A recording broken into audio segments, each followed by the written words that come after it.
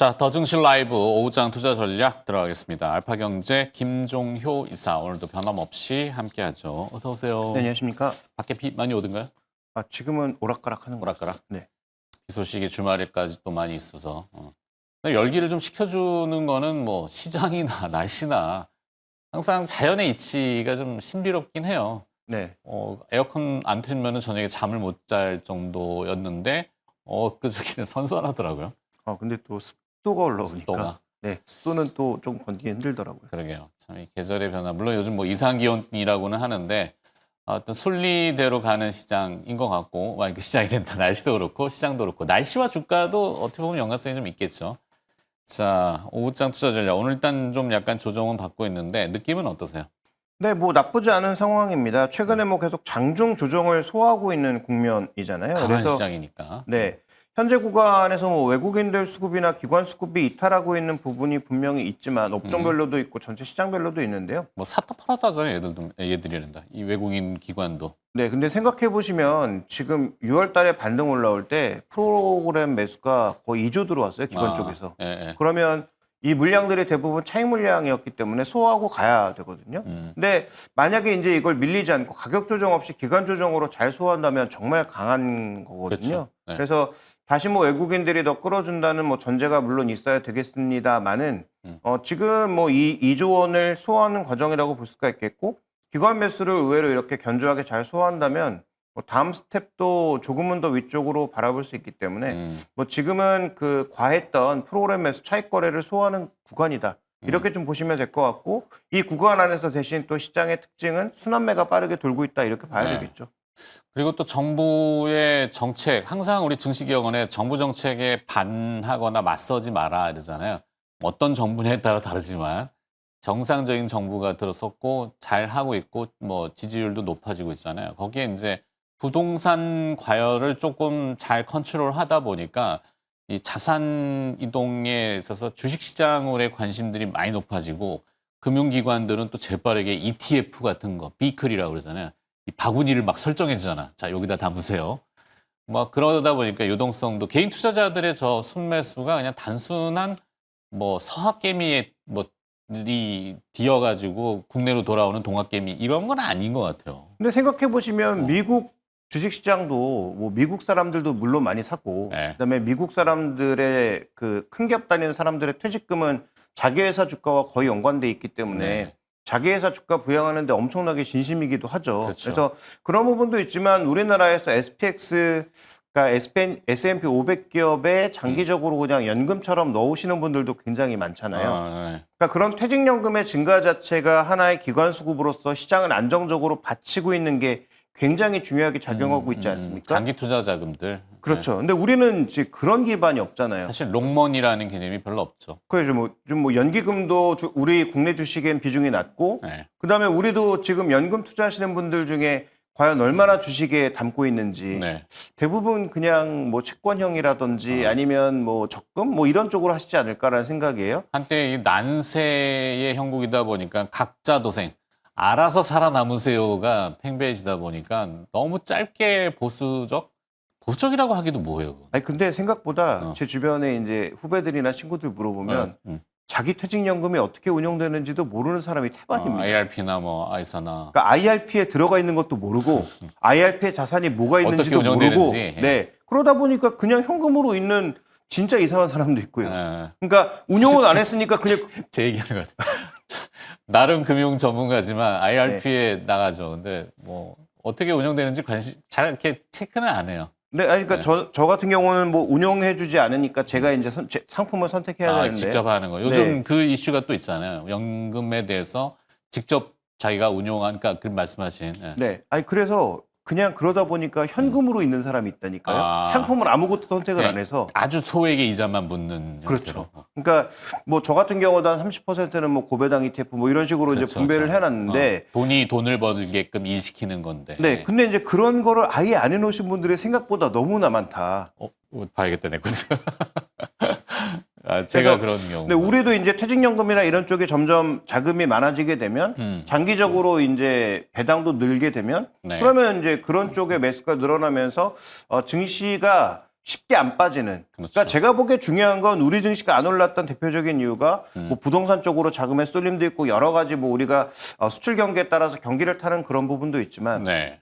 장기 수급이 없으니까 밀릴 때 확 밀리고 맞아요. 오를 때 확 올라가는 그게 이제 가장 큰 약점이었던 건데요. 오죽하면 냄비 증시라 그래요. 그렇죠. 그러니까 그런 퇴직연금이라든지 뭐 IRP를 통한 금융상품이라든지 아까 말씀하셨던 뭐 지수연동형 혹은 뭐 배당형 이런 ETF들이 급증하면서 그런 기관 자금들이 증가하면 네. 장기 매수가 생기기 때문에 그런 장기 매수가 꾸준하게 들어오게 되면 밀릴 때는 덜 밀리고 오를 때는 좀 힘을 줄 수 있는 그런 요인으로 작용하기 때문에 저는 뭐 그런 구조적 변화가 분명히 다가오고 있다라고 보고 있습니다. 그렇죠. 우리 또 옛말에 이 손뼉도 마주쳐야 소리가 난다고 하잖아요. 한쪽에서만 계속 휘젓는다고 될 건 아니고 이 궁합이나 뭔가 균형을 잘 맞춰야 되는데 이제 세법 얘기들 요즘 뭐 상법, 세법 약간 논의들이 많이 되고 있어요. 거기에 또 이제 인플레이션 감축 법안이라고 하는 미국의 이제 IRA 법안이 국내에도 현재 뭐 도입이 될 수 있는 가능성이 있다고요? 네, 일단 산자부 장관 후보자가 이걸 직접적으로 언급을 했고요. 물론 네. 이재명 대통령이 후보 시절부터 언급했던 부분을 이번 이제 김정관 산자부 장관 후보자는 뭐 아직까지는 뭐 특별하게 뭐 부정적인 이슈가 많이 들려오진 않고 있어서 아마 그대로 통과되지 않을까 인선 청문회. 싶기는 한데, 네. 네, 지금 뭐 청문회가 진행되는 중이기도 하고 그래서 구체적으로 법안이 어떻게 만들어지는지는 좀 더 봐야 됩니다. 왜냐하면 미국도 IRA 법안 얘기 나왔다가 실제로 법안으로 가는데 엄청난 시간이 걸렸고 법안 내용도 뭐 저도 100% 자세하게는 모르는데 네. 법안이 엄청나게 촘촘하게 막 세부적인 다양하잖아요. 거. 그렇죠. 세부 내용들이. 미국은 원래 그 텍스트라는 게 단어 하나, 뭐 엄절 하나도 문서화될 때의 효력이 굉장히 특출나죠. 그러니까 일례로 그런 거죠. 우리가 왜 기술 수출이나 아니면 기술 이전, 예전에 이제 현대 로템이 폴란드인가요? 폴란드가 아니구나. 그 떼제베 우리 들어올 때인가 그 얘기가 있더라고요. 뭐 고속철도 들어올 때 이제 떼제베에서는 현대 로템을 통해 가지고 기술 이전을 해준다 이런 게 이제 위명 계약으로 그리고 딱 계약을 했는데 생산 기술 이전, 그러니까 이게 설계 기술 이전이 아닌 거야. 그러니까 문구가 달라. 완전히 다른 거거든. 우리가 원했던 거는 설계 기술의 이전을 일부 포함한 걸로 생각했는데 아니야, 이거 그냥 생산 기술이야. 그러니까 여기서 조립하는 방법 가르쳐 주는 거지. 그러니까 이게 문구 하나에 완전히 천차만별이기 때문에 굉장히 중요하잖아요. 미국이 이제 그런 거에 또 텐션이 강하고. 그렇죠. 미국은 또 상원, 하원 뭐 거쳐야 되고 하원에서 바꾸면 상원에서 또 다시 인준받고 맞아요. 서로 뭐 협의하고 뭐 이제 그런 과정 거치다 보니까 뭐 우리는 뭐 미국처럼 오래 걸리진 않을 텐데. 우리는 대충 그냥 말로 구두 계약하고 하기로 했잖아. 아니, 이게 너무 만연해 있다는 거예요. 근데 이제 이번에는 아마 관련된 법안이 좀 나올 가능성이 있고 그래도 지금 국회에는 예전 국회보다는 그래도 법안 관련돼서는 조금은 일을 하는 듯한 뭐 흐름이기는 한데 모르죠. 뭐 물론 이거 봐야 되긴 하는데 그렇죠. 어쨌든 산자부 장관 후보자가 구체적으로 반도체와 2차 전지를 짚어서 얘기했다는 게 핵심 포인트고요. 그래서 제가 2차 전지를 말씀드릴 때도 올해 뭐 괜찮게 보는데 정부에 좀 법안이 필요하다. 근데 저도 이제 산업계 사람들 뭐 친구를 통해서든 아니면 뭐 제가 이제 취재 현장을 통해서든 만나보면 2차 전지 쪽은 정말 어렵다고 지금 얘기하시는 분들이 너무 많습니다. 많죠. 네. 그냥 지금 우리가 생각하는 일반적인 정도의 어려움이 아니에요. 그래서 네. 이거 뭐 현장에 안 가보신 분들은 뭐 주가만 보면 전혀 모르시겠지만 현장의 얘기를 들어보면 정말 죽겠다는 소리가 시간의 절로 문제이지 아마 낮아빠지는 현상들이 왕왕 나올 수도 있죠. 네, 그래서 그 현장의 얘기를 들어보면 정말 심각하다는 얘기가 절로 나오고 있기 때문에 그런 관점에서 본다면 분명히 저는 정부의 지원책이 필요하다라고 봤고 그래서 근데 제가 무한정 또 지원해 주는 것도 맞지는 않을 텐데. 근데 이제 지원이 저는 필요하다라고 생각하는 이유는 네. 지금 우리가 LFP를 등한시하면서 LFP가 실제로 쓰이는 ESS 시장 같은 데서 완벽하게 소외되고 있고 자동차에서도 LFP가 의외로 넓어지면서 이쪽에서도 완벽하게 소외되고 있는 게 가장 또 큰 지난번에 문제. 소디움 소금에서 이제 추출해내는 형태, 네. 뭐 리튬 인산철 같이 그러니까 가성비를 많이 따지는 중국의 진화가 우리는 조금 아직도 3원계에서 막 4차원 세상처럼. 그러니까 NCM이 좋은 거 사실이고 NCM 당연히 해야 되는데 그때 이제 우리도 여러 구를 파놨어야 되는데 네. 너무 NCM에만 이제 집중하는 그런 현상으로 가다 보니까 우리가 이제 무시했던 LFP가 기술도 올라오고 그다음에 이제 가장 우려했던 뭐 충전 속도라든지 이런 것들도 이제 꽤 따라오고 오히려 더 앞서가는 그런 양상이잖아요. 그러니까 기초과학을 무너뜨려 놨잖아요. 아랫내 또 얘기하지만 거의 이거는 하여튼 뭐 전고체 배터리를 칩시다. 그러면 이게 사실 굉장히 독창적인 아이디어였지만 예전에 뭐죠? 클레이, 점토.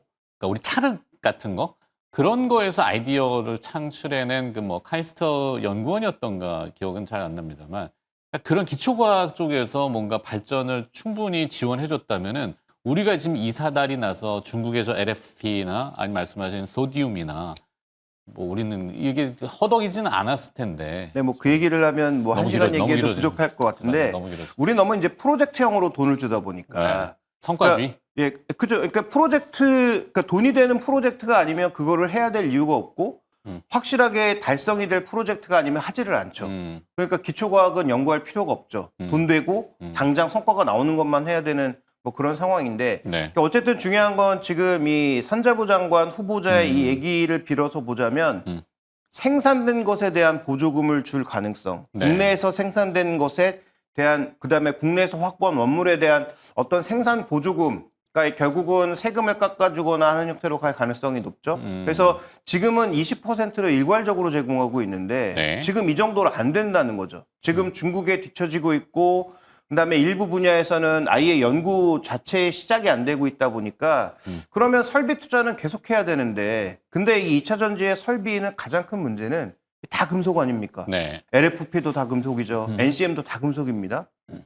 정말 무겁습니다. 아, 네. 그래서 동일한 시설을 만드는데 면적이 어마어마하게 필요합니다. 그래서 공장 뭐 가신 분들은 아시겠지만 2차 전지 공장 가보신 분들은 도대체 이 공장 왜 이렇게 큽니까? 네. 여기서 얼마나 만듭니까를 물어볼 수밖에 없는 국뽕은 차오르는데 실제로 그 안에서 나오는 물량은 생각보다 얼마 안 돼요. 왜냐하면 공장을 2층으로 지을 수 없죠.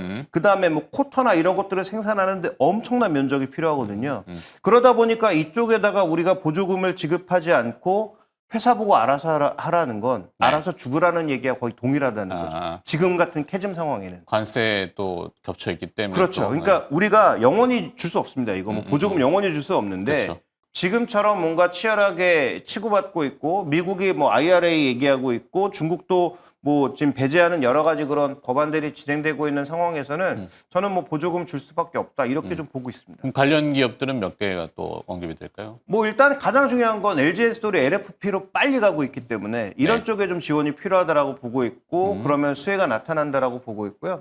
그다음에 포스코 퓨체엠처럼 스스로 이제 독립할 정도의 자금력이 있는 회사들, 네. 그다음에 음극재 어떤 소재 자력으로 이제 갱생하고 있는 그런 업체들은 저는 지금부터 주목해 봐야 될 때고 보조금이 지급될 때가 아니라 보조금 지급해 준다고 할 때 주목해야 된다. 이렇게 보고 있습니다. 알겠습니다.